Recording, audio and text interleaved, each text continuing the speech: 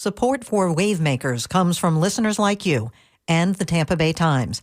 The Pulitzer Prize-winning newspaper is available around the Tampa Bay area and online at tampabay.com. Thanks to the Tampa Bay Times for their support. See, empathy is vulnerable. If I care about you, and if you're suffering, then that'll hurt me, that'll bother me. Now, if you're so badly hurt that you completely shut down your sense of vulnerability, then you can have no empathy. So the lack of empathy is always a sign of trauma, as far as I'm concerned. When you identify as a victim, and purely as a victim, in fact, you even glorify your victimhood, to that degree, you're going to have less empathy or no empathy. That's Gabor Mate, and this is Alternative Radio. I'm David Barsamyan. This edition of AR features Gabor Mate on history, trauma, and the lack of empathy. Trauma, a Greek word for wound, takes on myriad shapes and forms. It often remains and reverberates through generations. There's individual trauma and collective trauma. However, just because you suffered does not give you permission to inflict suffering on others. Angela Davis said, quote, "Victimization cannot be permitted to function as a halo of innocence," unquote. Empathy is the ability to take on another person's perspective, to understand, feel, and possibly share and respond to their experience. Victims need our empathy, our compassion, but not according to the world's richest man. Elon Musk has said, "The fundamental weakness of Western civilization is empathy." Wow. Our guest today is Gabor Mate. He's a Hungarian-born Canadian physician with a special interest in childhood development, trauma, and potential lifelong impacts on physical and mental health, including addictions. He's the author of the award-winning In the Realm of Hungry Ghosts.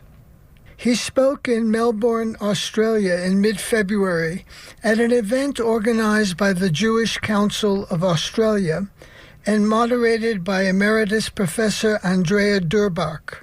So I want to start by asking you, how did the events that marked your first year of life shape your development, intellectually and emotionally, and importantly, professionally, as a physician with a specific expertise in addiction and trauma?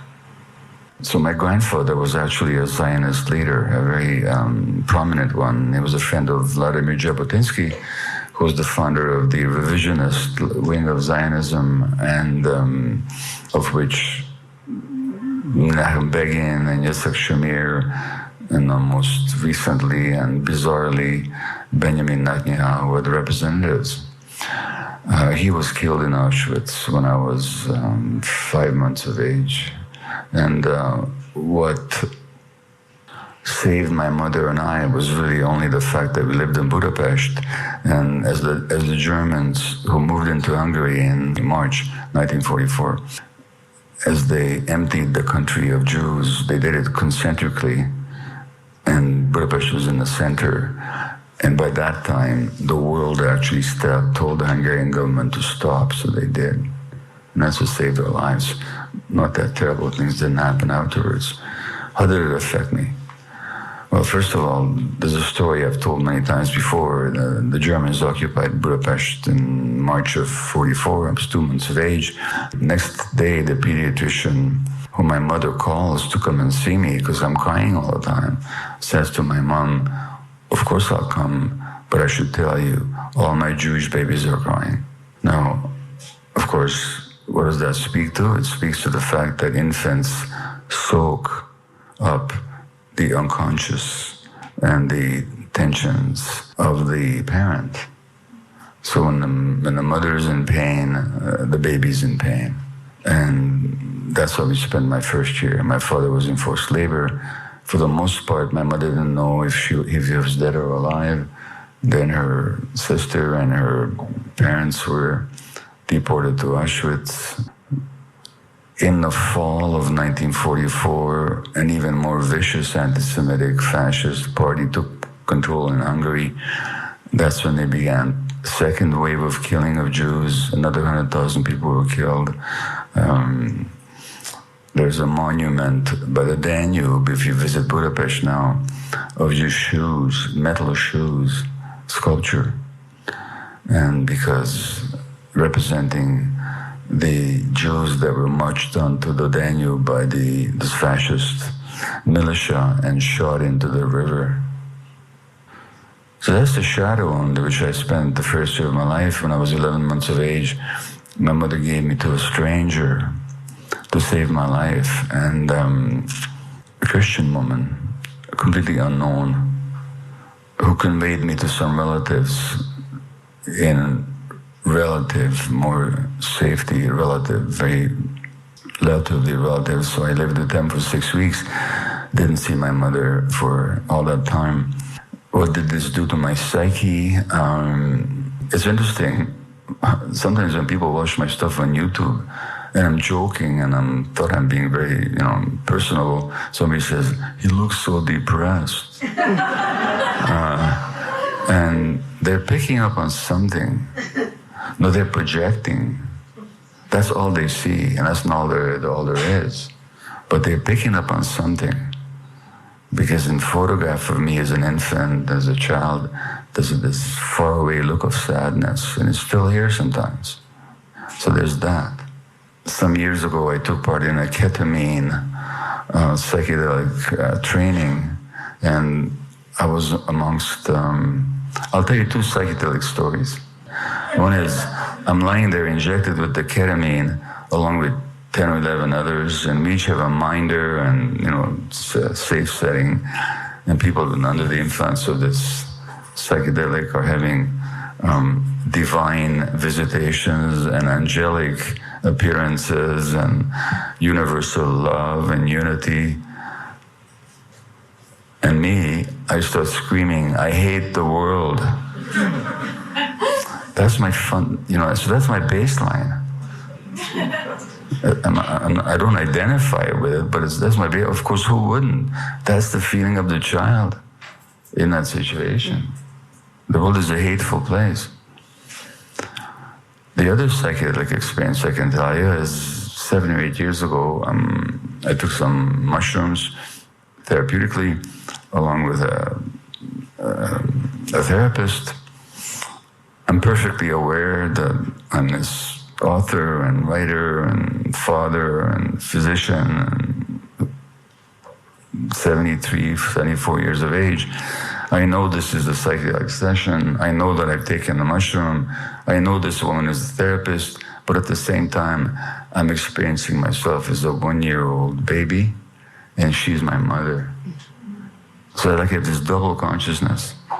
And I start crying, and I say, "I'm so sorry I made your life so difficult."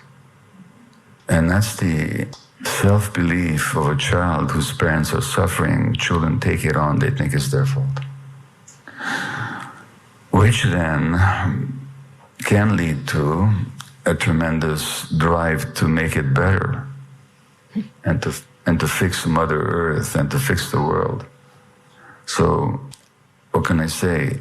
That experience gave me a deep sense of injustice and how terrible things happen to people for no fault of their own. And both a calling, which is a good thing, and a drivenness, which is not a good thing, to try and fix the world.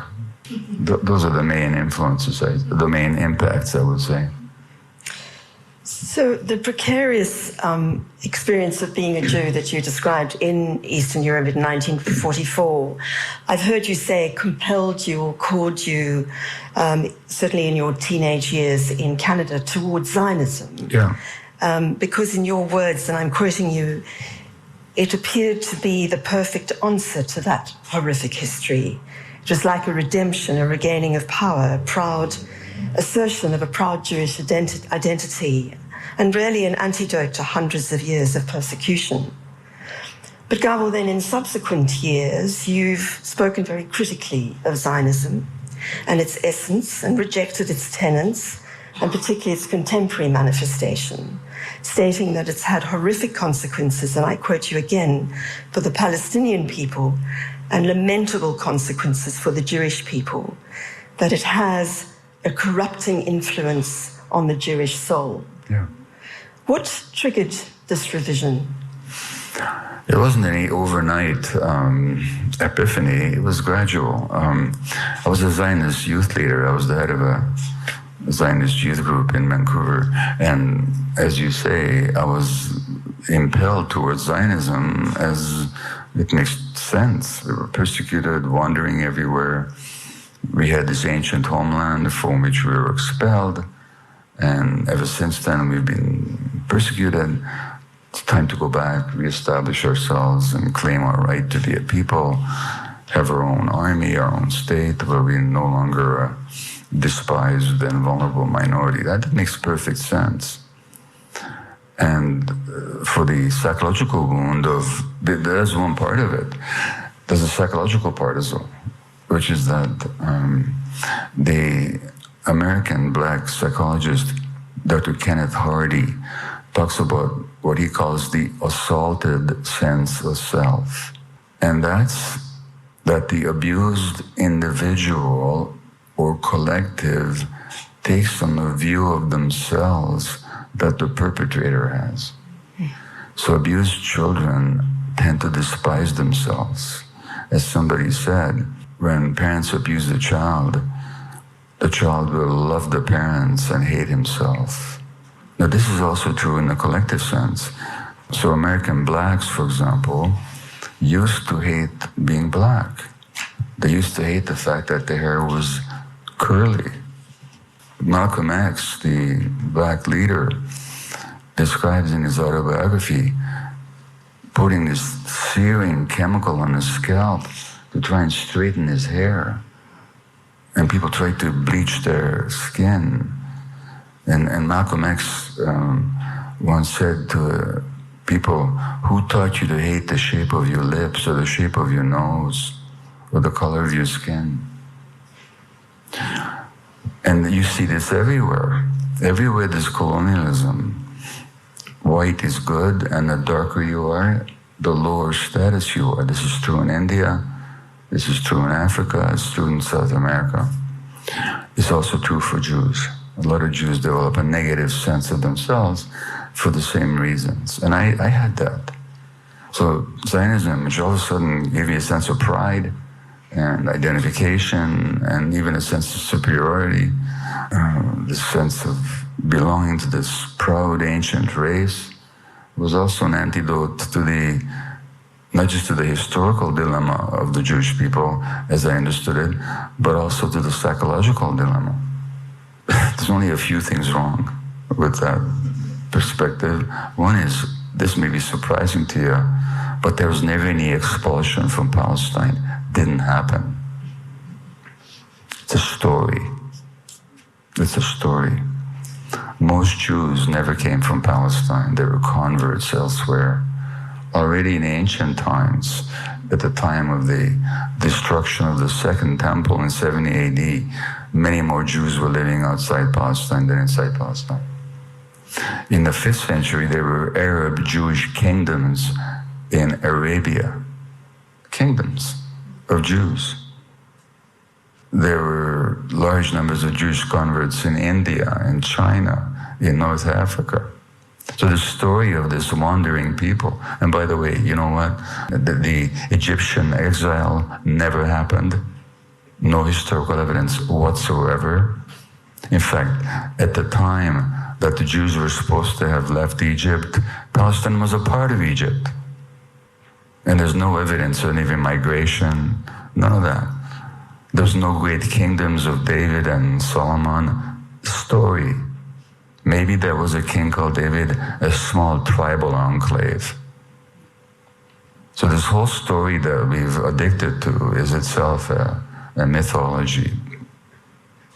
Well, I didn't find that out right away, but the first thing that happened was when I was still a Zionist, and by the way, I'm talking about stuff that's been uncovered by Israeli Jewish historians. But let me tell you something really interesting. David Ben-Gurion and Yitzhak Ben-Zvi, Ben-Gurion became the first prime minister of Israel. He was the head of the Mapai, the Labor Party, the progressive wing, so-called, of the Zionist movement. Yitzhak Ben-Zvi became the second president of Israel after the death of the first one, Chaim Weizmann. They wrote a book together in 1922 based on their research, in which they argued that given that the Jews were not expelled from Palestine, what happened to them? Well, the ones that stayed there were the peasants, the people that worked the land. Guess what? When the Muslims came in, they converted to Islam, which means that many of the, not all, but many of the Palestinians may actually be the descendants of ancient Jews. Ben-Gurion and Yitzhak Ben-Zvi argued this. They're not the only ones. When I was still in the Zionist movement, I was given the task of how do we combat, I'm talking the 1960s now, how do we combat Arab propaganda on the campuses? Nothing new under the sun, right? So I thought, well, maybe if I'm going to talk about how to combat it, maybe I should find out what it is. So I started looking at what the Palestinians were saying. And I remember one event where I was given the job of representing the Palestinian point of view. Not that I believed in it, but once I look into something, I know how to represent it. So I gave the Palestinian argument. People are outraged with me. How can you say these things? I said, look, I'm just doing my job. Then what happened was that the Vietnam War happened. And during the Vietnam War, the Western press mercilessly lied.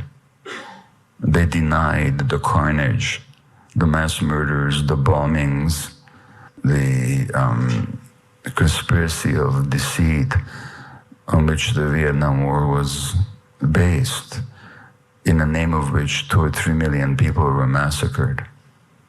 Then the 1967 crisis came up in the Middle East, and actually I volunteered to go to Israel then, to serve as to replace soldiers who had to go to battle. I didn't end up going because the war happened so quickly, but I still had my Zionist faith up to a point, but I began to question, why is the same press that's so enthusiastically and relentlessly lying about Vietnam so supportive of Israel? The same dishonest, malevolent Western press. And then I began to do some research, and by the fall of '67, I wrote an article for the student newspaper which said that actually Israel concocted and deliberately provoked this war in order to capture more territory that they'll never give back. Well, that article made me persona non grata in the Jewish community and got me kicked out of my parents' home. But by that time I knew. And that's when I began to do the research, and I found out that right from the beginning of Zionism, there'd been Jews, even Zionists, who opposed the Zionist project because they knew where it was going, and that the slogan of a land without a people, for a people without a land, was a lie. There was no land without a people. In 1917, when the anti-Semite Arthur Balfour issued the Balfour Declaration, saying that, Her Majesty's government views with favor the establishment of a Jewish. Who the hell is Her Majesty's government to view with favor anything? But when he said that, there were roughly 500,000 to 600,000 Palestinians and maybe 50 to 75,000 Jews in Palestine. So that what became clear to anybody with open eyes, and people did have their eyes open, is that this project could never be accomplished without suppressing the Palestinian people. And Ben-Gurion and Jabotinsky both said that. They said very clearly They said, we call the Arab terrorists, but they're not terrorists, they're just defending their homeland. Any people would defend their homeland. We're threatening to take away their homeland. Of course they're fighting back. They said that privately. Publicly, the Arabs are terrorists, you know. So, boy, I could go on forever, but in a nutshell, I found out the actual history. The actual history that by now has been documented by Jewish Israeli historians like Ilan Pape, like Benny Morris, who is a lunatic, but he did document the expulsion of the Palestinians, the massacres by the Jewish militia, the rapes of Palestinian women, the bulldozing destruction of homes, 500 Palestinian villages were destroyed, the whole lie about the Arabs telling the Palestinians to leave, that didn't happen. Didn't happen. The Arab invasion, totally a false and distorted narrative. The terrorism and the destruction of Palestinian villages started half a year before the Arab invasion. And one could go on forever. And it's continued since. There's no epiphany, but I learned the history. And I learned the history not as documented by Palestinians, but as documented by Jews and Israelis. So that's all there is to it. Nobody who knows the history can possibly believe a word of these Zionist propaganda talking points. It's all ludicrous nonsense. Gabor, I've been so struck about how powerful Zionism can be in altering the vision of Jews in their stance on Palestine, who would otherwise take quite a progressive stance on related injustices in the world. And so perhaps naively, I've always believed that Jews, following the unimaginable cruelty and scale of the Holocaust, would perhaps see the parallels with the sustained Israeli occupation and the systemic dehumanization that you've just spoken to and the decimation of Palestinians.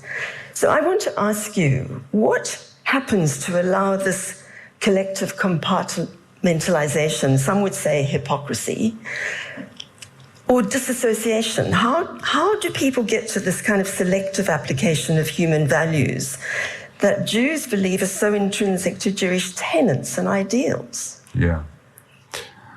I don't think it's hypocrisy. I actually think they don't know. Hypocrisy is if I know something and I pretend otherwise. I don't think they know.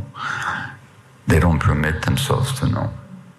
So in the yogic, not that I know much about yogic philosophy, but from what I understand, in the yogic understanding of the mind, there are these four dynamics. There's the intellect, which can discern.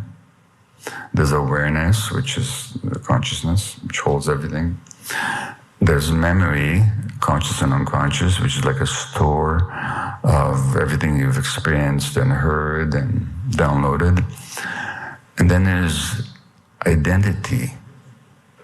And identity is what you identify with, what you consider yourself the same as. And identity governs everything in the unconscious. So if you identify with this traumatized history of this nation expelled from its homeland and always suffering, in which there's a lot of truth, of course, and if that's how you identify, then your intellect will not permit for you it will not absorb any facts that go contrary. And Zionism pretty much has become a cult. It's become a cult. You can talk in the abstract about Zionism representing the self-determination of the Jewish people, but I mean, that's nonsense. I mean, if Zionism represents the self-determination of the Jewish people, why aren't the Jews flocking to Israel? But they never have. Even after the Second World War, most of those refugees did not want to go to Palestine. The Zionists worked very hard to force people to go to Palestine. It's like, for me, Zionism is an antidote to that sense of powerlessness and sense of the persecutor identity. And if you identify with that, it's that identification on the unconscious level that makes people completely impermeable, makes them totally impermeable. So they could be progressive on civil rights in the States, apartheid in South Africa, and impermeable when it comes to the experience of the Palestinians, because they'd have to give up their identification. Also, of course, there's a powerful community. Let me actually read you something. So Thomas Merton was a Catholic monk and a mystic in the 50s. He wrote a wonderful autobiography called Seven Storey Mountain. He's saying that people keep trying to escape, like the life in this individualistic, aggressive, alienated, materialistic society is very alienating for people. The self that people have is very fragile. So they need something to identify with, which makes them stronger. And Merton says there are many escapes from the external self, this alienated self. For example, the experience of being seized and taken out of oneself by collective enthusiasm in a totalitarian parade, the self-righteous upsurge of loyalty that blots out conscience and absorbs every criminal tendency in the name of nation, party, race, or sect. And he says that people are escaping from their true selves and putting their conscience to sleep and turning free, reasonable human beings into passive instruments of the power politician. And Zionism is, in that sense, just like fascism or other political ideologies. It gives you a sense of identity, a sense of meaning, a large community to belong to, who validates you and it reinforces your self-belief. And if you look at these crazy settlers dancing in utter ecstasy over the graves of Palestine, they're cultists. And Zionism, by and large, has become a cult. It functions like one. It also functions like one, as many of you may have found out, when you leave it, you're excommunicated. So, I mean, any of you who've spoken up publicly have been called choice names. Self-hating Jews, capos, terrorist supporters. It's not that they disagree with you. They can't even contemplate that you're coming from a sincere place. You have to be demonized. That's what a cult does. When you leave a cult, you get ostracized and attacked. So it's, well, to summarize, it's a deep sense of identification with a certain view of oneself, which Zionism acts as an antidote and an escape from. And it provides you with a very powerful group identification, which is moreover reinforced by the colonial countries in which most Jews live. Like Australia is a colonial country. You're listening to Gabor Mate on history, trauma, and the lack of empathy. This is Independent Alternative Radio. For copies of this program, call us 1-800-444-1977 or online our website, alternativeradio.org. Australia is a colonial country. The massacres of native people, well, that's Australian history. And if Australia was going to openly admit that and deal with it, then they might consider the situation of the Palestinians. But in Canada, 5 years ago, there was a poll about residential schools. Now, residential schools in Canada where Indigenous kids were abducted from their homes, forbidden to see their parents, and under the aegis of the church or the state, were abused sexually, physically, emotionally, beaten. Many of them died, many got sick. All were traumatized. And this is not even vaguely controversial. And 5 years ago, there was a poll in Canada. 70% of people did not know or knew little about those residential schools. Now, it's illegal in Canada to deny the Holocaust. It's not illegal to deny the massacre of Native people. So what I'm saying is that the Zionist self-image is reinforced by the colonial context. In all the countries that were responsible for genocides all around the world, Belgium, how many of you knew that the Belgians killed 12 million Congolese at the end of the 19th, beginning of the 20th century? Raise your hand if you knew that little fact. 12 million. 3 of you know about it. Not your fault. They don't teach it in this country because it was a colonial enterprise. Did you know that the first German genocide was not against the Jews? Do you know where it was? In Namibia, in the 20th century, early 20th century. I could go on, but what I'm saying is that the Zionist narrative and perspective is held and supported by these countries, so that to be a Zionist is to be very respectable in Canada. The Canadian Prime Minister says, I'm a Zionist. We have the same values as Israel. Yes, we do. The replacement and dispossession and oppression and ongoing exploitation of the indigenous people. So it's not just Jews and Zionism, it's also the broader world imperial context. See, empathy is vulnerable. If I care about you, and if you're suffering, then that'll hurt me, that'll bother me. Now, if you're so badly hurt that you completely shut down your sense of vulnerability, then you can have no empathy. So the lack of empathy is always a sign of trauma, as far as I'm concerned. When you identify as a victim, and purely as a victim, in fact, you even glorify your victimhood, to that degree, you're going to have less empathy or no empathy for the other. Now, let's look at the Jewish rituals and traditions. You have Passover, which is, again, it never happened. But the story is that our God was so good to us that he massacred the firstborn, the innocent firstborn of Egypt. Oh yeah, we drop a few drops of wine because in recognizing the suffering, but basically this is what our God did for us.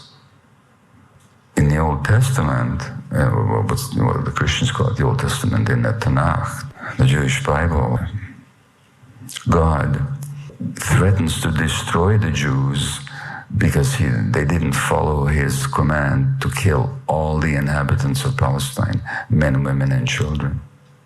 In the holiday of Purim, which, by the way, again shows you the story of exile and what nonsense it is, because there are many Jews living in Persia where the story takes place. The Jews end up killing 75,000 Persians, and this is celebrated. So there's a tremendous tradition, and in the Jewish tradition there's also the prophetic tradition, to give it its right. There's also this tradition of justice, of the two speakers who say that there's some higher truth than ruler or nation or wealth, and that higher truth is justice for all. So that is in the Jewish tradition as well. So there's this double tradition of deep chauvinism, the lack of empathy for the other, the goyim. And If you look at some of the parts of the Talmud, it's horrendous. That on a Shabbat, it's not, if a Jew is in trouble, you can help him or save his life, but a Goy, no, you can't.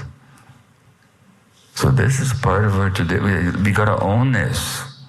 A lack of empathy. So, lack of empathy is always, to me, a sign of deep hurt on the individual level. On the political level, it's simply the expression of greed and power hunger. So when you have people who have both greed and power hunger and political power and personal hurt, you get monsters of history, like a whole number of people we could mention. In terms of the reshaping of memory, Israel didn't always celebrate the Holocaust. When I say celebrate, I mean venerate it. You know what? The Zionists were contemptuous of the Jews of Eastern Europe. Weaklings. They talked about them like going to slaughter like sheep.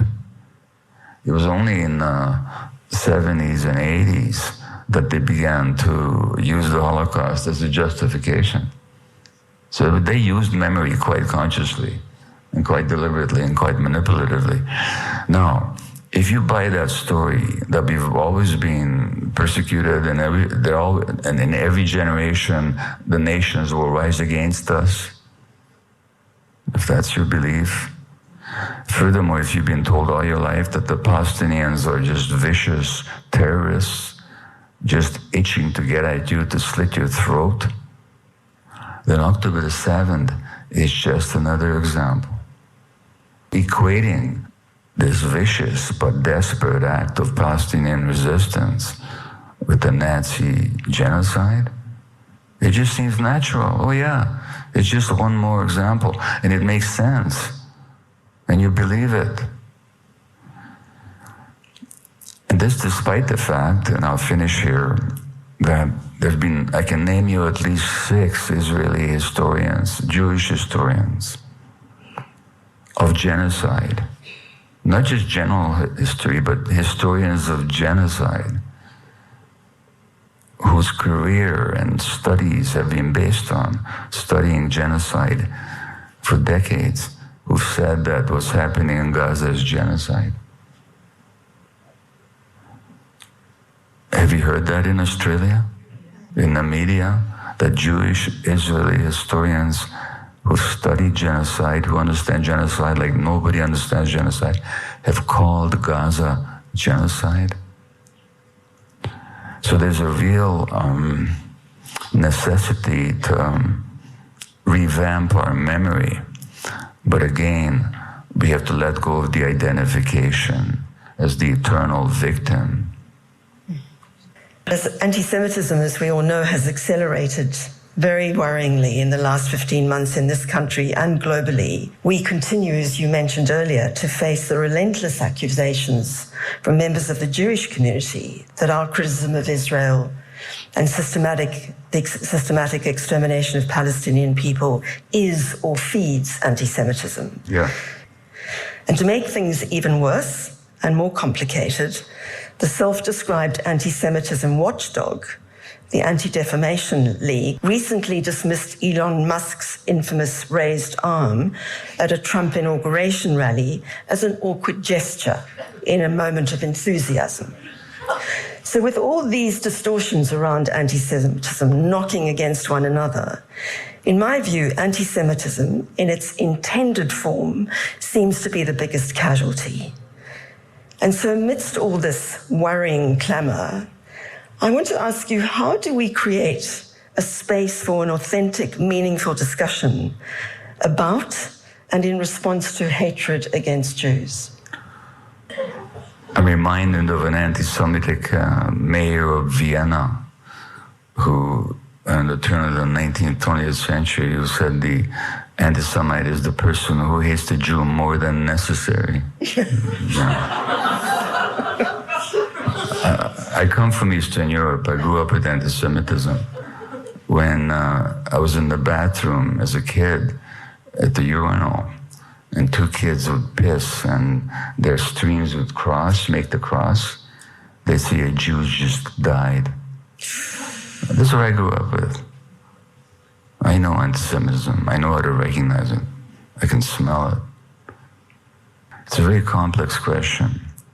First of all, studies have shown, this has been not just recently, but before, every time the Israeli army goes into action, anti-Jewish sentiment elevates. That's the first point. The second point is, racism in general is rising in the world. The Jews, if you can speak of the Jews as an entity, which you can't, but if you could, in the Western world, remain amongst the most privileged people in terms of self-expression, access to the arts, academia, job security, wealth, influence, and so on. But at the same time, there is increasing anti-Jewish sentimentism, as there is increasing racism. In the States right now, in some states, they teach that slavery was a good thing. And books that teach black history are banned in certain states in the United States. In Europe, there's tremendous anti-Islamic sentiment. Tremendous anti-Islamic sentiment. Racism in general is rising in the world, and so is anti-Semitism. That's indisputable. But I don't see it as distinct from other forms of racism. Number one, we have to ask, why is racism rising and what are the forces driving that? Number two, when Israel says, and when its stenographers and parrots in the Jewish communities around the world repeat that Israel is the Jewish state, the state of the Jews, when Israel declares itself to be, which it has, the state of the Jews, which means it's not the state of its citizens. It's the state of anybody who's Jewish here, that's your state. If you're a Palestinian in Palestine, it's not your state. If you're an Arab in 67 Israel, it's not your state. It's the state of the Jews. And it acts in the name of the Jews for the benefit of the Jews. Well, if that's what we're telling the world, then what are people supposed to think of the Jews when the Jews massacre Palestinian children? So who's creating it? Who's creating this identification of mass murder with Jewishness? And people get confused. They believe Netanyahu, and then they become anti-Jewish, if they believe Netanyahu. So that's the main point, is what's creating all this. The same Jewish organizations that complain about anti-Semitism are feeding it with their identification of these unspeakable acts and this oppression and this terrible occupation with the Jews in quotation marks. The last point I'll make is that the vast majority of people who are opposed to Israeli policy, to Israeli occupation, to the deprivation, they're not anti-Semites. They're just human beings whose hearts are broken. And were Israel to behave differently, they would have no anti-Jewish sentiment whatsoever. So, yeah, there's a minority of racists who will use, look, you know what an anti-Semite is? I'll tell you a story about an anti-Semite. There was a Roman emperor. There's a story about him. He is being driven on a chariot through the streets of ancient Rome, and a Jew fails to greet him. And the emperor says, punish him. How dare he ignore the emperor of Rome? A few minutes later, another Jew, having heard this, obsequiously bows and salutes the Roman emperor. the emperor says, punish him. And his servants say, what for? How dare he draw attention to himself in the presence of the emperor of Rome? Don't you get it? He said, I don't care what a Jew does, I just hate them. But that's an anti-Semite. There are anti-Semites like that. It doesn't matter. And as Jean-Paul Sartre very famously said about anti-Semite in his book, Anti-Semite and Jew, that the anti-Semite is not afraid of the Jew, he's afraid of himself and his own humanity and his own freedom. So yeah, there is anti-Semitism in the context of a larger recruited sense of racism. But most of what has to do with Palestine is either a function of the rigid and dogged and vicious identification that the Jewish organizations create with the depredations and crimes of Zionism, and it has to do with people's being appalled. And just to finish, there was this famous case in Germany. There's an Israeli-Palestinian film you may have heard of called No Other Land, made by a Jewish-Israeli filmmaker and a Palestinian filmmaker. It's about the takeover and destruction of a Palestinian village in the occupied territories. This film got a prize in Germany. The Jewish director, the Israeli Jewish director, and the Palestinian co-director were on stage receiving the award, and the Israeli said, when we go back, I'll have the right to go anywhere I want. I can vote. I'll have full right of citizenship. My colleague here will be restricted in his movements. He'll have to stop at checkpoints. He's got no right to vote. He's a citizen of he's a non-citizen of an occupied land. In Germany, this was denounced as anti-Semitism. The Jewish director was denounced for being an anti-Semite. The bloody Germans had the gall to tell an Israeli Jew that he's an anti-Semite. And I was in Berlin last year talking about the same subject. Let me tell you, the Germans have not learned a thing. They've simply transferred their contempt from their victim to the victim of their victim. And so when people talk about anti-Semitism, I barely have the patience to even answer them, because it's so polluted and it's so twisted, and it's so much the function of Israel and the mainstream Jewish organizations. I want to end now, Gabor, with a final question. Given your lifelong and currently your more intense focus on Palestine and Gaza in particular, what does Gaza now signal or represent for you and the world as we are entering what seems to be an even more, if that's even possible, troubling future for that poor land? Yeah. Well, Andrea, as you told me, when you visited there, I think you said 2009, you cried every day.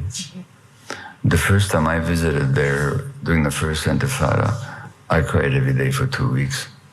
This is long before Gaza. It was already so horrendous, so inhumane, so ugly, so evil, so hypocritical.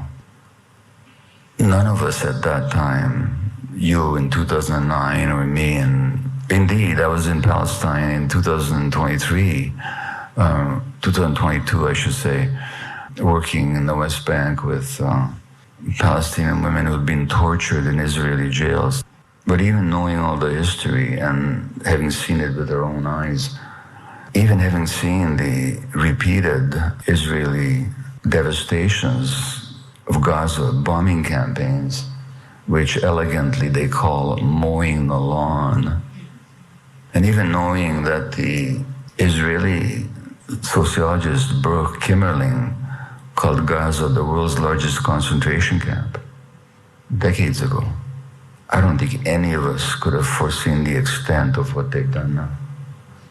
This truly is a watershed for human evil and for the fullest expression of the Western colonial mind.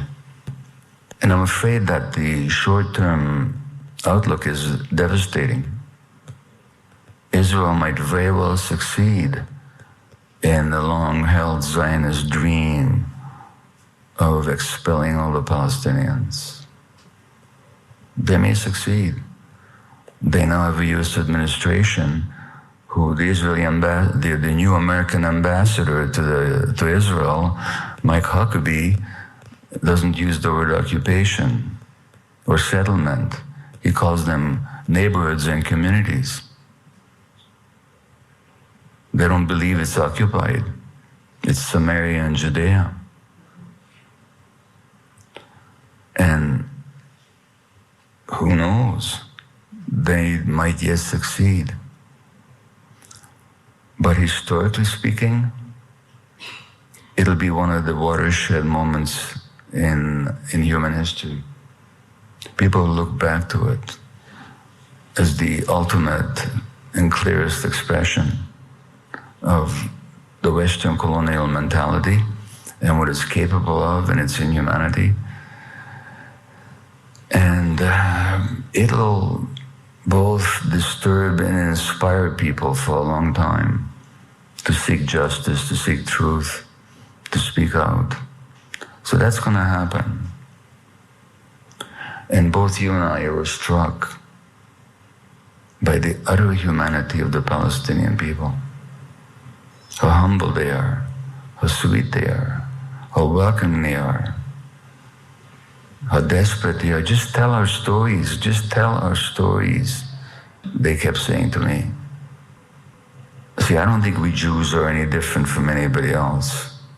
I've always said, like when people say, how can Jews do this after what happened to them? You know what my response is? We Jews have just as much right to be mass murderers as everybody else. We're just human beings. This is not just a Jewish issue. It's an issue of the nature of the world that we live in, the forces that govern it, the nature of the system that dominates this world right now. And its most concentrated expression is Gaza right now. So that's what we see from space when you look at Gaza, is what this system, never mind Israel, never mind Jews or Palestinians, what this system is capable of.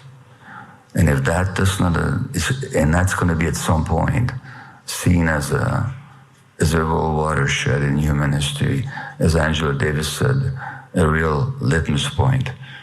I just finally mentioned there was a documentary made when I was in Palestine in 2022, not about me. I'm in it very briefly. But when I did that workshop for women traumatized in jails, it's called Where the Olive Trees Weep, and you can find it online. It's a beautiful film. If you don't know about the occupation, watch Where the Olive Trees Weep. I think I've exhausted my answer. Thank you. Or the audience, whichever the case may be. Beautiful. Thank you, Gabor Mate. Thank you. Thank you. You were just listening to Gabor Mate on history, trauma, and the lack of empathy. He spoke in Melbourne, Australia in mid-February at an event organized by the Jewish Council of Australia. Gabor Mate is a Hungarian-born Canadian physician and an award-winning author. This program is produced by Alternative Radio, an independent nonprofit in our 39th year. We're supported solely by individuals just like you. To access our complete audio and book catalog, just go to our website, alternativeradio.org. Call us 1-800-444-1977. Special thanks to Tim Butler for technical assistance. Joe Rich is our general manager and editor. I'm David Barsamian. Thank you for listening.